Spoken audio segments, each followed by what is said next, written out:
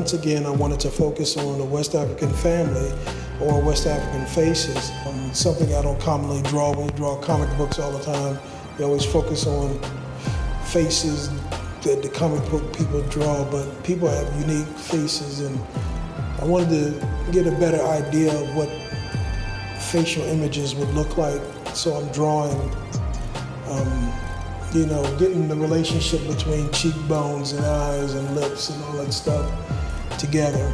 I wanted to make the people look more like the people that I'm going to actually put in my graphic stories. So, and they're going to basically be West African people. For the most part, I mean, there'll be all kinds of people, but West African is something I don't commonly draw, so I wanted to commonly draw it and get used to those images.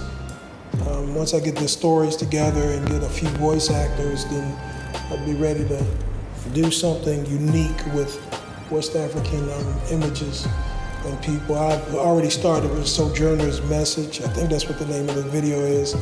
I put that up. Terrible and Bear was another one that I put up together, but there's no real story behind Terrible and Bear. It's just me figuring out how I wanted to draw the characters for Terrible and Bear, opposed to winging it. I wanted that child to look the same, Terrible, and the boy to look the same every time I draw them. In the same way with the bear, after you figure out how I'm going to draw it. So I'm working on this image to learn this lady's face, and there's so many different faces, but it becomes common.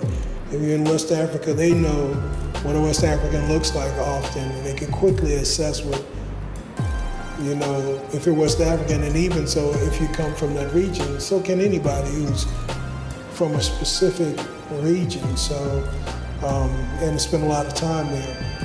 They know their people very well, and so it's imperative that I learn the people very well as well, seeing as though I come from the United States, born and raised. Anyway, that's it.